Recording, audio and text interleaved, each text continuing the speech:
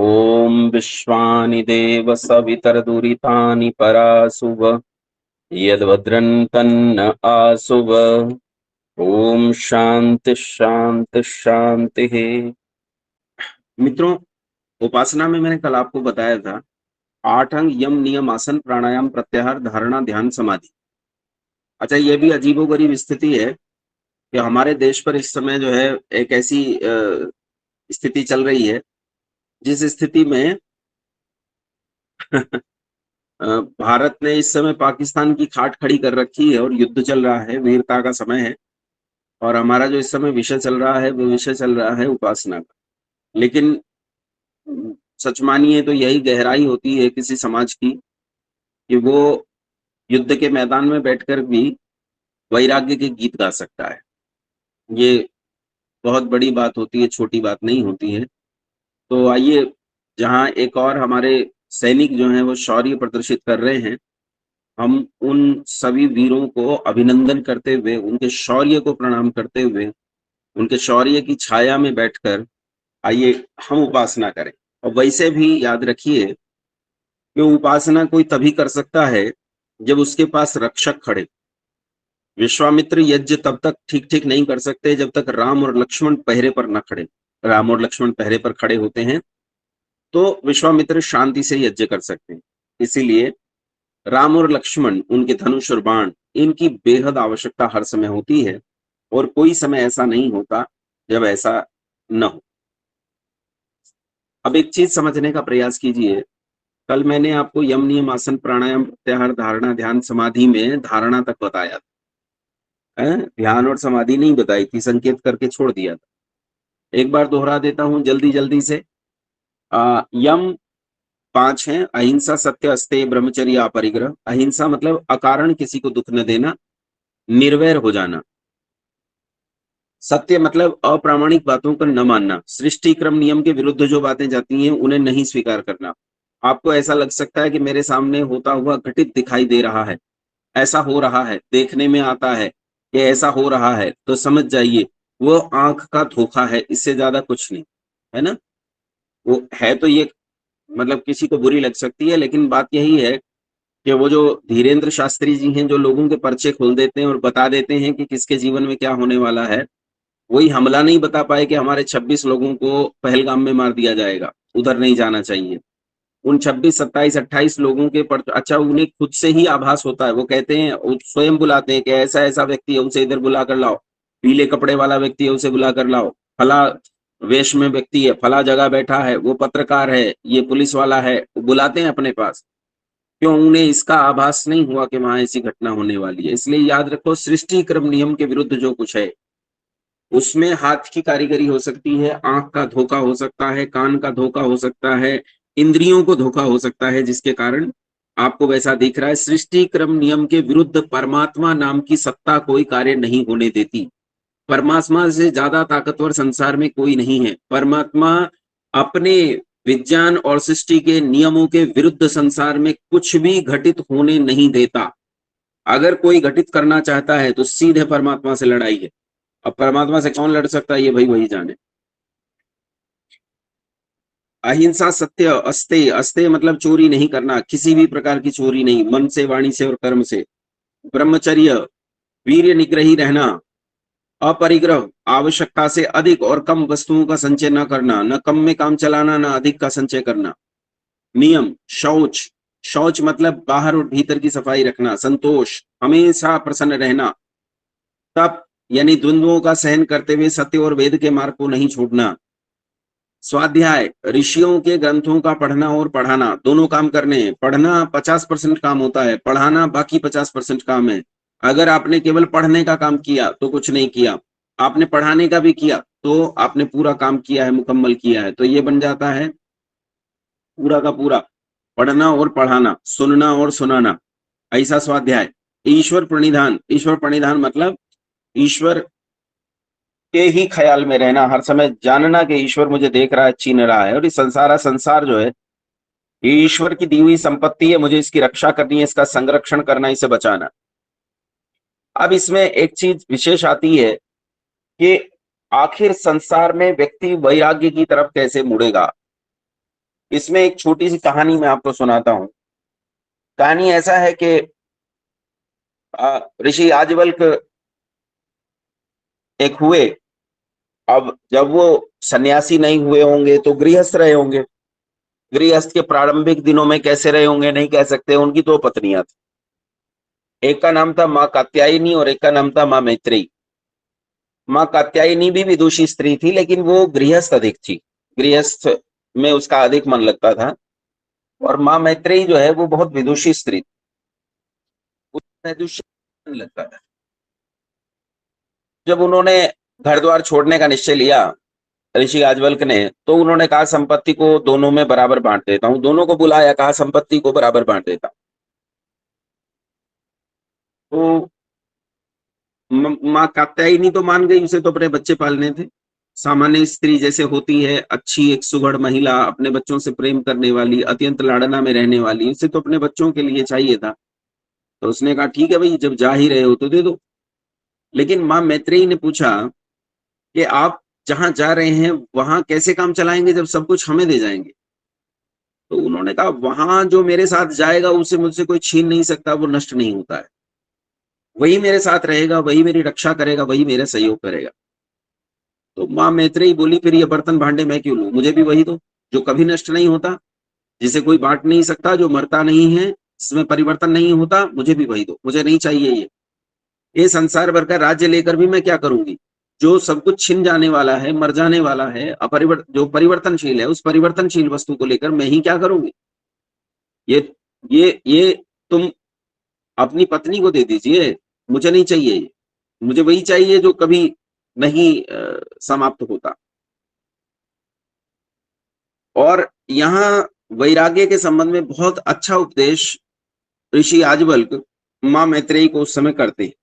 माँ मैत्रेयी को समझाते हुए कहते हैं देखो संसार में जो दुख है वो दुख किस लिए होता है। तो माँ मैत्रेयी ने कहा कि जब किसी की कोई हानि होती है तो दुख होता है। जैसे अभी पहलगाम में हत्याएं हुई तो हमें बहुत दुख हुआ। तो उन्होंने कहा किसी का पुत्र मर जाता है, किसी का पति मर जाता है, किसी की पत्नी मर जाती है, किसी की दादी दादा माता पिता मर जाते हैं तो दुख होता है। लेकिन ऋषि याज्ञवल्क्य इस बात का खंडन करते हैं, कहते हैं संसार में कोई पति अपनी पत्नी के लिए नहीं रोता और कोई पत्नी अपने पति के लिए नहीं रोती। संसार में कोई पुत्र अपने पिता के लिए और पिता अपने पुत्र के लिए नहीं रोता। न वा अरे पत्यु कामाय पति प्रियो भवति, आत्मनस्तु कामाय पति प्रियो भवति। न वा अरे जयायै कामाय जाया प्रिया भवति, आत्मनस्तु कामाय जाया प्रिया भवति। न वा अरे पुत्राणाम कामाय पुत्रः प्रिया भवन्ति, आत्मनस्तु कामाय पुत्रः प्रिया भवन्ति। न वा अरे वित्तस्य कामाय वित्तं प्रियं भवति, आत्मनस्तु कामाय वित्तं प्रियं भवति। न वा अरे ब्राह्मणः कामाय ब्रह्म प्रियं भवति, आत्मनस्तु कामाय ब्रह्म प्रियं भवति। इसकी बहुत अच्छी व्याख्या मेरा एक छात्र करता है, छोटा सा है पर बहुत अच्छी व्याख्या करता है। 10 साल का बालक है, लेकिन जब वो उपनिषद में खेलता है तो बहुत आनंद आता है, बहुत अच्छे से समझाता है चीजों को। इसी की व्याख्या करते हुए कहता है पूरा उपनिषद ऐसे उपनिषद के उपनिषद याद है। और जब वो इसकी व्याख्या करते हुए कहता है तो कहता है कि मैत्रेयी से ऐसा लगता है जैसे याज्ञवल्क्य की बोल रहा हो। कहता है अरे मैत्रेयी, निश्चय ही पति की कामना के लिए पत्नी को पति प्रिय नहीं होता। देखो ध्यान से सुनो, पति की कामना के लिए पत्नी को पति प्रिय नहीं होता, किंतु अपनी कामना के लिए पति प्रिय होता है। यहां समझने का प्रयास कीजिए। जब पति किसी कारण से वियुक्त हुआ, वियोग हुआ पति से, तो पत्नी पति के लिए नहीं रोती, पत्नी अपने लिए रोती है। पत्नी जो रो रही है वो पति के दुख के लिए नहीं रोती, वो अपने लिए रोती है। और कहते हैं निश्चय भार्या की कामना के लिए पति को भार्या प्रिय नहीं होती। न वा अरे जायायै कामाय जाया प्रिया भवती। कहते हैं भार्या की कामना के लिए, पत्नी की कामना के लिए पति को पत्नी प्रिय नहीं होती, किंतु अपनी कामना के लिए पत्नी प्रिय होती है। अपने लिए पत्नी प्रिय होती है, पत्नी के लिए पत्नी प्रिय नहीं होती है। इसे अभी समझिएगा, अभी केवल अर्थ समझा रहा हूं आपको। फिर कहते हैं आत्मनस्तु कामाय जाया प्रिया भवती, न वा अरे पुत्रायाम कामाय पुत्रः प्रिया भवन्ति, आत्मनस्तु कामाय पुत्रः प्रिया भवन्ति। कहते हैं पुत्रों की कामना के लिए माता पिता को पुत्र प्रिय नहीं होते, किंतु अपनी कामना के लिए ही पुत्र प्रिय होते हैं। पुत्र अपने लिए प्रिय होते हैं, पुत्रों के लिए पुत्र प्रिय नहीं होते। निश्चय धन की कामना के लिए मनुष्य को धन प्रिय नहीं होता, किंतु अपनी कामना के लिए धन प्रिय होता है। और निश्चय ब्रह्म की कामना के लिए मनुष्य को ब्रह्म प्रिय नहीं होता, किंतु अपनी कामना के लिए ब्रह्म प्रिय होता है। न वा अरे ब्राह्मण कामाय ब्रह्म प्रियम भवति, आत्मनस्तु कामाय ब्रह्म प्रियम भवति। इसे यूं समझिए कि जब हमारे घर में कोई घटना घट जाती है, कोई ऐसी दुर्घटना घट जाती है, तो हम बड़े रोते हैं। और रोते हैं तो कैसे रोते हैं, इसे अच्छे से समझिए। एक एक लड़का है, उसकी मां मर गई, मैं जानता हूं। उसकी मां मर गई, 17-18 साल का लड़का, बेचारे की मां मर गई। मां मरी तो लड़का बड़ा रोया, बड़ा रोता था कि मेरी मां मर गई, हाय अपनी मां के बिना अब मैं कैसे जीऊंगा, मेरी तो मां ही मर गई, मेरा जीवन ही मर गया, मेरी तो मां ही मेरा सर्वस्व थी, वो मर गई। तो लड़का बड़ा रोए। तो मैंने सावधानी से वहां स्त्रियों को रोते हुए सुना, और स्त्रियां रोते हुए क्या कह रही थी, रो रही थी और कह रही थी कि हाय मर गई, अभी अगर होती तो अभी तो बर्तन मांज रही होती, अभी तो रोटी बना रही होती, अब तक तो गाय का सारा काम कर दिया होता, अब तक तो उसने सारी सफाई कर दी होती, इतने मेहमानों को देखकर तो बैठ ही नहीं सकती थी, अब तक तो बहुत सारा काम कर रही होती, एक क्षण के लिए भी बैठने वाली नहीं थी। तो असल में ये क्यों रो रहे हैं? असल में ये इसलिए नहीं रो रहे हैं कि वो स्त्री मर गई है और उस स्त्री के मरने का इन्हें दुख है। अभी तो वो इसलिए रो रहे हैं कि वो स्त्री बहुत सारे काम करती थी, और अब जब वो नहीं रही है तो उसके न रहने पर उन कामों का बोझ इन्हीं लोगों पर पड़ने वाला है। आप कभी देखिए, जब भी कोई मरता है तो उस मरे हुए के पीछे जब लोग रोते हैं तो उससे संबंधित कामों का वर्णन करते हैं कि वह व्यक्ति यह काम करता था, यह करता था, उसने समाज में ऐसी ख्याति बनाई थी, उसने समाज में ऐसा काम किया था, समाज को यह दिया, समाज को यह दिया, समाज को यह दिया, हमें यह दिया, हमें यह दिया, ऐसा गाते हैं। इसका मतलब उसके मरने से हमारी एक बहुत बड़ी हानि हो गई है। हम अपनी हानि के लिए रोते हैं, उसके लिए बिल्कुल नहीं रोते। वही यहां कहा कि नवारे पत्यु कामाय पति प्रियो भवति। पत्नी के लिए पति को पत्नी प्रिय नहीं होती, और पति के लिए पत्नी को पति प्रिय नहीं होता, अपितु अपने लिए ही पत्नी प्रिय होती है और अपने लिए ही पति प्रिय होता है। संसार में जो कोई रोता है, ये सुनने में बुरी लगती है, लेकिन सच बात यही है कि हम इसलिए रोते हैं कि हमारा स्वार्थ बाधित होता है। और संसार में जब आप देखेंगे तो आप पाएंगे कि संसार में जितनी वस्तुएं हैं, वो वस्तुएं सब जब हमें उनकी कामना रहती है तो उनकी कामना के कारण हमें दुख होता है, और तब हम रोते हैं। यदि वो कामना हमें उनके प्रति न रहे तो हमें दुख नहीं होता है, और तब हम नहीं रोते। वैराग्य सीधा सीधा स्वयं से जुड़ा होता है। जब व्यक्ति को स्वयं की हानि होती हुई दिखाई देती है, तब वो संसार के प्रति राग नहीं रखता है। और जब उसे संसार में हानि नहीं हो रही दिखाई देती है, तब वो संसार के साथ जुड़ा रहता है। संसार से जुड़ने का कारण संसार से अपने कामों की पूर्ति होते रहना है। लेकिन एक व्यक्ति बुद्धिपूर्वक जब इस चीज को देखता है तो वो ये पाता है कि भाई ये जो संसार है ना, ये संसार तो ऐसा वस्तु है जो हमेशा रहने वाला नहीं, और इसमें कुछ भी ऐसा रहने वाला नहीं है जो जिससे मेरी आवश्यकताएं हमेशा पूर्ति होती रहें। और जब वो ये मानता है कि मेरी पूर्ति होते रहने वाली आवश्यकताएं पूरी नहीं होंगी, तब वो कोशिश करता है कि मैं ऐसी चीज की ओर जाऊं कि जो चीज कभी नष्ट नहीं होती। और जब ऐसा समझता है तो उसके सामने दो प्रश्न आकर खड़े होते हैं। एक तो वो जिसने सृष्टि को बनाया है, और एक वो जो इस बनाई हुई सृष्टि को भोगता है। अब ध्यान से सुनो, एक तो मेरे सामने मुझे क्या क्या दिखाई देता है। एक तो मुझे दिखाई देती है रचनाएं। संसार में हम देखते हैं मनुष्य है, पेड़ है, पक्षी है।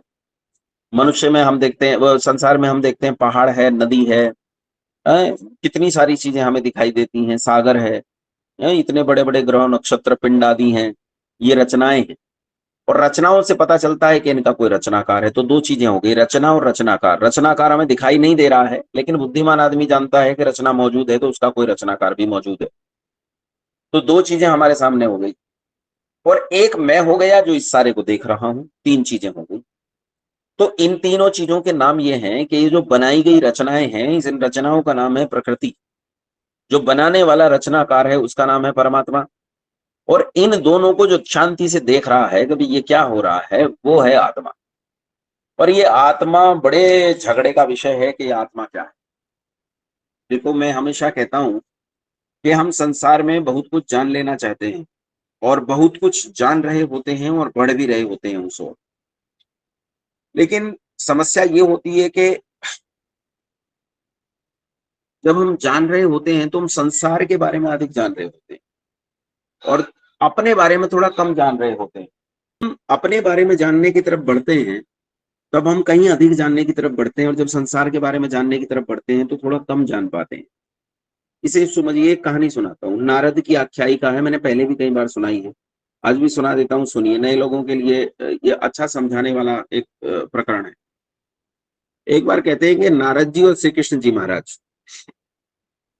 दोनों साथ साथ थे और नारद ने श्री कृष्ण जी महाराज से कहा कि मैं आत्मज्ञान को प्राप्त करना चाहता हूँ, आत्मा क्या है इसके बारे में जानना चाहता हूँ। श्री कृष्ण जी महाराज ने उन्हें समझा ही नहीं कि ये अधिकारी है, इसलिए आत्मा का उपदेश नहीं किया। याद रखिएगा, आत्मा और परमात्मा का उपदेश वृष्टि न्यायवत, वृष्टि न्यायवत अर्थात वृष्टि न्यायवत मतलब जैसे बारिश पड़ती है तो बारिश बंजर और उपजाऊ जमीन में अंतर नहीं करती है, और वो नहीं करती है तो ऐसी दशा में सब जगह बरसती है। लेकिन ऋषि लोगों का ऐसा उपदेश होता है, ऋषि लोग ऐसा करते हैं कि वो आत्मोपदेश उन्हें ही करते हैं जो अधिकारी होते हैं। जो आप्त पुरुष होते हैं वो उपदेश केवल उन्हें करते हैं जो अधिकारी होते हैं। जो अनधिकारी है, बंदर के हाथ में तलवार नहीं दी जाती। बंदर के हाथ में तलवार देना ऐसा ही है जैसे पाकिस्तान के हाथ में एटम बम देना, फिर वो किसका क्या कर दे कोई भरोसा नहीं। तो श्री कृष्णचंद्र महाराज ने उन्हें समझा ही नहीं कि ये अधिकारी है, इसलिए उन्हें आत्मोपदेश नहीं किया। फिर नारद जी तो पीछे पड़ गए, उस दिन तो चले गए, एक दिन फिर आए और आकर फिर वही प्रश्न दिया और श्री कृष्ण महाराज ने उन्हें उत्तर तो नहीं दिया और कहा कि चलो आज कहीं घूमने चलते हैं। जैसे हम और आप एक दूसरे के घर चले जाएं, शाम को भोजन कर लें, भोजन के बाद घूमने के लिए निकले, ऐसे ही कहा चलो घूमने के लिए चलते हैं। अब नारद जी को श्री कृष्णचंद्र महाराज मिल रहे थे, उनके सहयोग, उनका साथ मिल रहा था, इससे अच्छी बात क्या थी, चल पड़े। कुछ दूर पहुंचे तो एक गांव दिखाई दिया और कृष्ण जी ने नारद जी से कहा कि जाओ गांव से पीने का पानी ले आओ। नारद जी चले गए, एक कुएं पर पहुंचे जहां बहुत सारी स्त्रियां पानी भर रही। उनमें से एक बहुत ही सुंदर रूपवती और उसका आचरण से भी दिख रहा था कि बहुत सुशीला कन्या है, ऐसी कन्या वहां जल भर रही थी। वही निकट थी तो नारद जी ने उनसे जल मांगा। उसने बहुत प्रसन्नता से के साथ नारद जी को जल दिया। नारद जी जल लेकर वहां से चले नहीं और जब वह कन्या जल लेकर अपने घर की ओर चली तो वो कृष्ण जी को तो भूल गए और कन्या के पीछे पीछे डोल गए। कन्या के पीछे पीछे उसके घर की तरफ चल दिए। कन्या ने घर पहुंचकर अपने पीछे नारद जी को आता देखा। अच्छा, सफेद कपड़े पहन रखे हैं, ब्रह्मचारी का वेश दिखाई दे रहा है, गुरुकुल का छात्र दिखाई देता है, ऐसा लगता है गुरुकुल का छात्र है। हालांकि वो स्नातक थे, वो तो विद्वान थे, सामान्य व्यक्ति नहीं थे। लेकिन अब ऊपर उत्तरीय पहन रखा है, नीचे कटी वस्त्र पहन रखा है, गले में जनेऊ लटक रहा है, हाथ में लाठी है, तो उन्हें लगा कि कोई ब्रह्मचारी है। कन्या ने घर पहुंचकर ब्रह्मचारी को भूखा समझकर आदर के साथ नारद जी को भीतर बुलाया, कहा भोजन कर लीजिए और बिठलाकर भोजन कराया।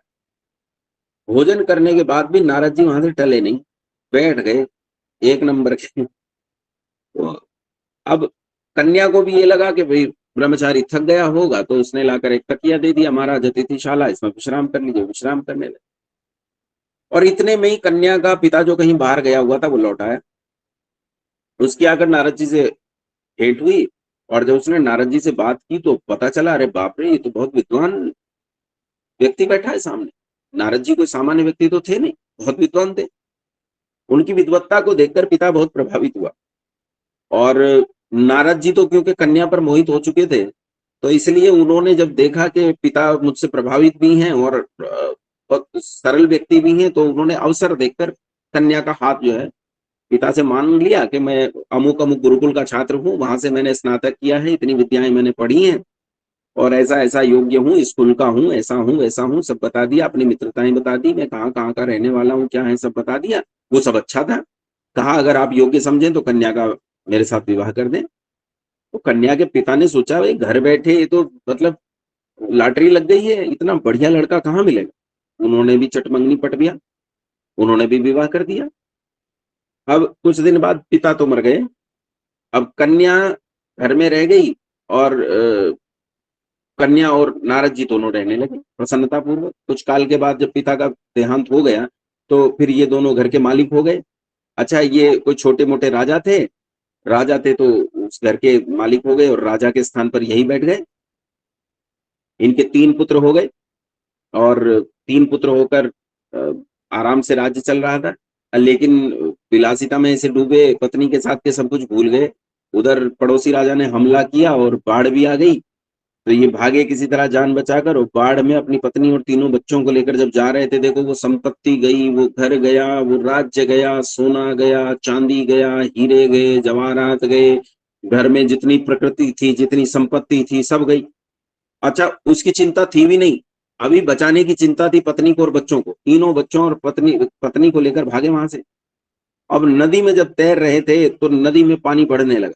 पानी बढ़ने लगा तो दोनों छोटे पुत्रों को कंधों पर बिठा लिया और बड़े पुत्र का हाथ पकड़ लिया, दूसरे हाथ से स्त्री का हाथ पकड़कर पार करने लगे। लेकिन जब पार करने लगे तो पुत्र का हाथ छूट गया, वो जो बड़ा पुत्र था उसका हाथ किसी तरह छूट गया और बालक बचा नहीं, पानी में डूब गया। नारद जी ने फिर भी आगे हिम्मत की और बढ़े, लेकिन धीरे धीरे स्थिति ऐसी आई कि दोनों कंधों से पुत्र गिर गए और वो भी डूब गए, और उनकी स्त्री भी वो भी न बची और वो भी उसी में डूब गई। अब महाराज जो है पानी से निकलकर बाहर आए तो नारद जी ने कोशिश तो बहुत की सबको बचा सके, लेकिन बचा किसी को पाए नहीं। पश्चाताप करने लगे और बाहर बैठकर इतने में रोते रोते रोते रोते जब बुरी तरह रो रहे थे, भाई पत्नी भी मर गई, बच्चे भी मर गए, कुछ भी नहीं बचा, तभी श्री कृष्ण जी ने कंधे पर हाथ रखा और हाथ रखकर कहा कि पानी नहीं लाए अब तक पीने के लिए। अब नारद जी का मोह माया छूटा। अब उन्हें समझाया, अरे बाप रे, ये तो स्वप्न चल रहा था, ये तो कुछ और ही चल रहा था, और मैं कुछ और ही समझ रहा था, ऐसा तो कुछ हुआ ही नहीं। देखो आख्यायिका कितनी अच्छी शिक्षा देती है कि मनुष्य जब उद्देश्य को भुला देता है तो संसार के मोह माया में फंस जाता है, और उसकी ऐसी दुर्दशा होती है जैसी नारद जी की इस कहानी में हुई। इसलिए आवश्यकता है कि हम अच्छे से समझें कि हमारा उद्देश्य क्या है। तो बंधुओं, हम जो आत्मा है, हमारा उद्देश्य है सुख प्राप्त करना। हम सुख चाहते हैं। आप आराम से बैठकर देखिए, आप किसी भी कारण से केवल सुख चाहते हैं। आप यहाँ कक्षा कर रहे हैं, सुख चाहते हैं। हम पाकिस्तान पर हमला कर रहे हैं तो सुख चाहते हैं। हम कुछ भी कर रहे हैं संसार में, एसी, टीवी, फ्रिज, ये सब सुख के साधन है। पुत्र पुत्री, माता पिता, सब सुख के साधन है। लेकिन सावधानी पूर्वक देखो तो ये सुख के साधन भी नहीं है, ये भी सुख के साधन नहीं है। ये सबसे सुख मिलता है पर सुख छूट जाता है, और जब सुख छूट जाता है तो वो सुख जो है हाथ नहीं आता और आदमी परेशान रहता है। उपनिषद में कहानी है कि 2 युवक थे, एक का नाम था इंद्र और एक का नाम था विरोचन। इंद्र और विरोचन दोनों चले ये जानने के लिए कि आखिर ये जो आत्मा है ये क्या है, और संसार में ऐसी क्या चीज है जो आत्मा को पाने योग्य है। लेकिन पहले ये जाना जाए कि आत्मा क्या है। यानी जैसे मैंने आपको बताया कि नारद जी उद्देश्य से भटक गए थे, तो वो उद्देश्य को स्थिर करने के लिए गए कि आखिर हमारा उद्देश्य क्या है, हम जीवात्मा हैं, हमारा उद्देश्य क्या है। और उस उद्देश्य को स्थिर करने के दृष्टिकोण से इंद्र और विरोचन दोनों गए। एक बहुत बड़े विद्वान थे, आचार्य प्रजापति। प्रजापति के पास गए और प्रजापति से जाकर प्रार्थना की कि प्रजापति, हमें बताओ कि ये आत्मा क्या है। तो प्रजापति ने कहा कि अच्छा, जब जाते थे पुराने जमाने में गुरुकुलों में, तो जैसे आजकल गुरुकुलों में फीस लेके जाते हैं, विद्यालयों में फीस लेके जाते हैं, वैसे उन दिनों 3 समिधा लेकर जाते थे हाथ में। तो ये समित पाणी होकर, मतलब समिधा हाथ में लेकर, और आचार्य के पास गए, समित पाणी होकर उनसे प्रार्थना की कि हम जानना चाहते हैं कि ये आत्मा क्या है। और जब ये जानने के लिए उन्होंने प्रार्थना की तो आचार्य ने कहा ठीक है बता देंगे, लेकिन यहाँ रुक जाओ। अच्छा, रुक जाते हैं, रुक गए और 32 वर्ष रुकने का उन्हें निर्देश हुआ। 32 वर्ष के लिए रुक गए, रुके रहे 32 वर्ष तक। अध्ययन किया, अध्यापन किया, तितिक्षा की, तपस्या की, लगातार परिश्रम किया, और 32 वर्ष इसी तरह पूरी मेहनत के साथ बिताए उन्होंने। जब 32 वर्ष पूरे हुए तो वो आचार्य के पास पहुंचे कि आचार्य, हमने बहुत परिश्रम से आपका दिया हुआ समय ब्रह्मचर्य के साथ बिताया, अब हमें बताइए कि हम ये जो आत्मा हम जानना चाहते हैं, ये आत्मा क्या है, इस आत्मा के बारे में हमें बताइए। और तब आचार्य ने उनसे कहा कि देखो चांदी की थाली रखी है, पानी भरकर ले आओ। दोनों ले आए। कहा इसमें देखो क्या दिखता है। उन्होंने कहा इसमें तो यही दिखता है जो मैं हूं। बोले कहा तो यही तो तुम हो। और दोनों खुश हो गए, पता चल गया कि मैं कौन हूं, जानकारी हो गई कि मैं कौन हूं। जानकारी हुई तो वहां से प्रसन्न होकर निकल लिए गुरुकुल से। अब विरोचन को निश्चित हो गया कि ये जो शरीर है यही मैं। खूब प्रसन्न हुआ और प्रसन्न होकर अपने राज्य में जा पहुंचा। डोंडी पिटवाई लोगों को इकट्ठा किया और कहने लगा, देखो संसार में तो सबसे मुश्किल प्रश्न है कि मैं कौन हूं, ये मैं जान आया, मुझे पता चल गया कि मैं कौन। लोगों ने कहा कि हमें भी बताओ कि हम कौन है। तो उसने कहा कि जाओ थाली में पानी भर लाओ। अच्छा, आचार्य ने कितना समय लिया था? 32 वर्ष का। भाई साहब ने 1 मिनट नहीं लगाई। बोले जाओ पानी भर लाओ, पानी भर लाए। कहा झांको इसमें, उन्होंने झांका। क्या दिखता है? बोले ये दिखता है। कहा यही तुम हो, और ये अपरिवर्तनशील है, इसमें कोई दोष नहीं आता, ये अजर है, अमर है, अभय है, नित्य है, पवित्र है, और इसमें कभी कुछ दोष आना ही नहीं है। बस एक ही काम करना है, इसे प्रसन्न रखना है, और इसे प्रसन्न करने के लिए जो कर सकते हो वो करो। इसे प्रसन्न करने के लिए अच्छा खाओ, अच्छा पहनो, अच्छा जियो, अच्छा नहाओ, अच्छा धो। अगर तुम्हारे सामने कोई बाधा आए, इसे प्रसन्न रखने में कोई समस्या उत्पन्न हो, तो जिहाद करो। उन सारी समस्याओं का वध करो जो इसे परेशान करें, जो इसे इसे इसे प्रसन्न रहने में बाधा पहुंचाएं, उन सबको समाप्त कर दो। अगर कोई मनुष्य समुदाय तुम्हारे विरुद्ध जाता है, तो उस विरुद्ध मनुष्य समुदाय की हत्या कर दो। सबको समझ में आ गया ये यही हमें, और इससे प्रसन्न रहने के लिए जो करना है वो करें। उन्होंने प्रकृति का दोहन किया, उन्होंने वृक्ष काट डाले, जंगल के जंगल काट डाले, समुद्र सुखा डाले, नदियां गंदी कर दी, और यहां तक कि जिस मनुष्य समुदाय ने उनका विरोध किया, उनकी बात नहीं मानी, उनका सर तन से जुदा, तन सर से जुदा कर दिया, हत्याएं की, उन्होंने जिहाद किया, और देखते देखते 57 मुल्क खड़े कर दिए पूरी दुनिया में। ये केवल वो हैं जो यहां पर आकर, जिनकी उन्नति रुक जाती है, जो यहां पर आकर रुक गए, कि जो दिखता है वही मैं। लेकिन बंधुओं, दूसरी ओर जो बुद्धिमान छात्र दूसरा था, इंद्र, इंद्र नहीं माना।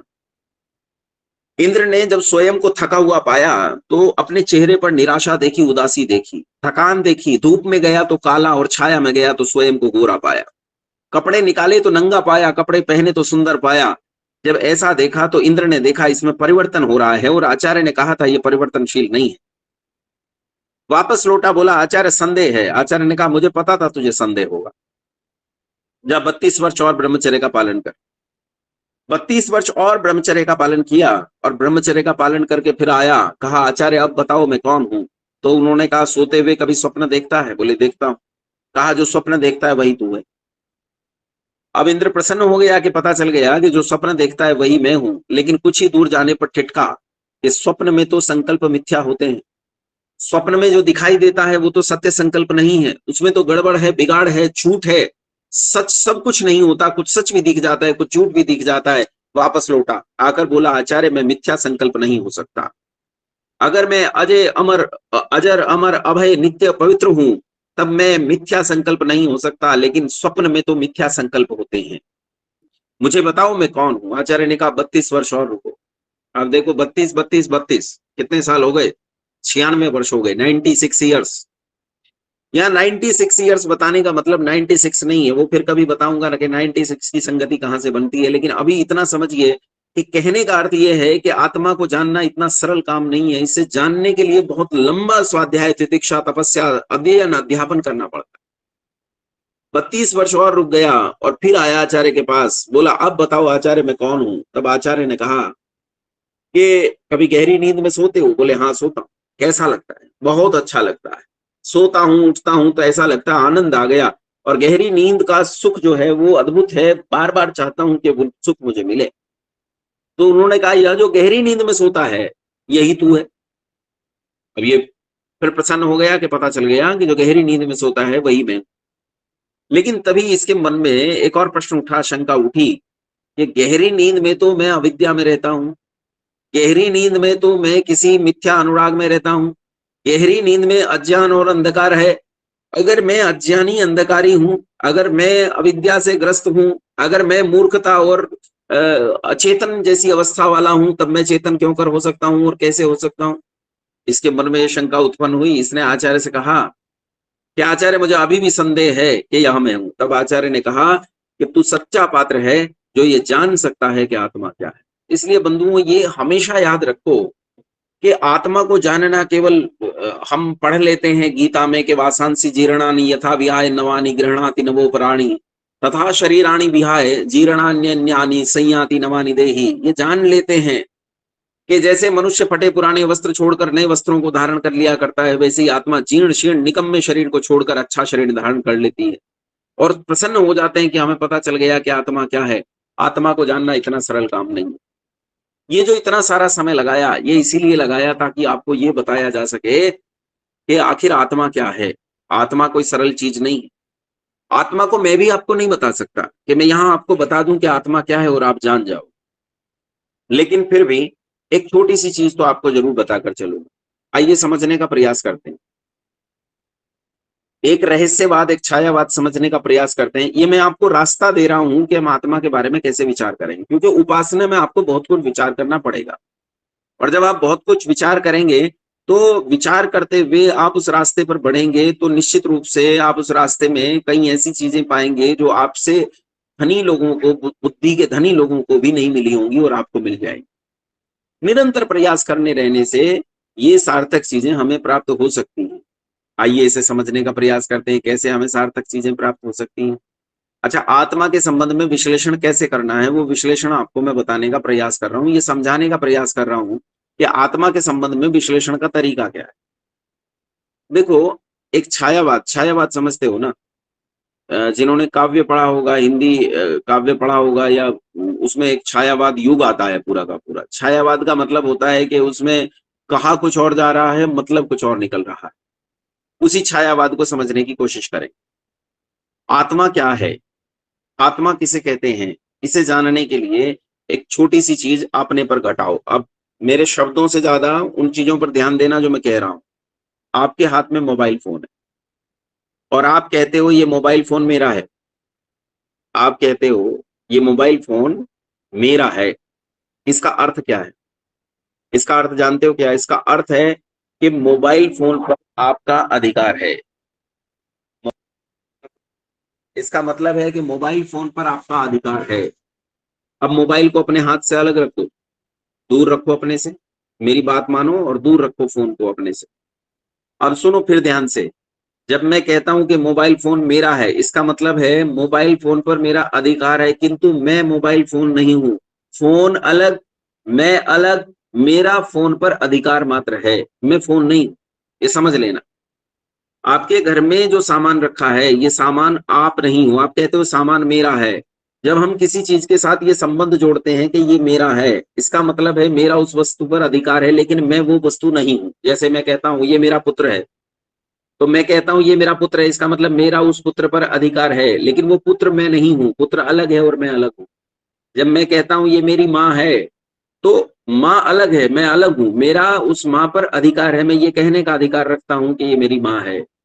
अपने कपड़ों पर आइए। ये वस्त्र मेरे हैं, इसका मतलब है मैं वस्त्र नहीं हूं। वस्त्रों पर मेरा अधिकार है, वस्त्र अलग है, मैं अलग हूं। आप कहते हैं ये हाथ मेरा है, इसका क्या मतलब है? इसका मतलब है आप हाथ नहीं हो, आपका हाथ पर अधिकार है। हाथ अलग और आप अलग, दोनों चीजें अलग अलग हैं। ध्यान से सुनना। मैं कहता हूं ये आंखें मेरी हैं, इसका क्या मतलब है?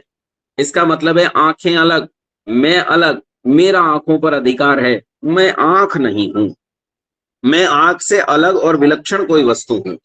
जब मैं कहता हूं कि यह देह मेरी है, इसका क्या अर्थ है? इसका अर्थ है मेरा इस देह पर अधिकार है, मैं देह नहीं हूं। देह मेरे अधिकार में है, लेकिन देह अलग और मैं अलग। इसका मतलब आत्मा कोई विलक्षण वस्तु है जो ये देह नहीं है, लेकिन हम इस देह को ही स्वयं मान लेते हैं। हम समझते हैं यह जो मैं हूं वो ये देह है। जब कोई कहता है योगेश कौन, मुझसे किसी ने कहा कि आप अपना चित्र दे दीजिए, तो हम क्या करते हैं, शरीर का चित्र उठाकर उसे दे देते हैं और समझते हैं अपना चित्र दे दिया। अपना चित्र तो संसार में कोई दे ही नहीं सकता, क्योंकि जिस चीज को हम ये कहते हैं कि ये मैं हूं, उसका चित्र खींचना संभव ही नहीं है, उसका चित्र लिया ही नहीं जा सकता। आप उस वस्तु का चित्र दे रहे हैं जिस पर आपका अधिकार है। आपने शरीर का चित्र दिया है, आपने अपना चित्र नहीं दिया, ये अच्छे से समझिए। फिर किसी ने एक बार मुझसे कहा था, मैं एक बार वो दैनिक जागरण वालों ने बुलाया था एक पॉडकास्ट के लिए, मैं वहां पॉडकास्ट के लिए गया, तो उन्होंने कहा जी आप अपना परिचय दो। मैंने कहा भाई अ, कभी इस खुले गगन सा विस्तृत हूं, कभी क्षुद्र कणों सा हूं मैं गौण, कभी जानू जगती का कण कण, कभी अपने परिचय पर भी मौन। मेरा क्या परिचय? मैं तो अपने परिचय पर मौन हो जाता हूं। मैं जानता ही नहीं हूं कि मेरा परिचय क्या है। और बस यही जानना है, सबसे पहले अपने परिचय की खोज करनी है और फिर परिचय की खोज करनी है उसकी जिसने इस सारे संसार की रचना को रचा। आज मैंने आपको उपासना के भीतर आपको विचार क्या करना है और किन विषयों में विचार करना है, इन कुछ चीजों की ओर आपका ध्यान आकर्षित किया। मैं चाहता था कि आज उपासना भी आपको करा दूं, लेकिन अब हो गए हैं 8:50। उपासना में लगेंगी 20 मिनट, तो उपासना आपको कल ही कराएंगे। आज इतना ही।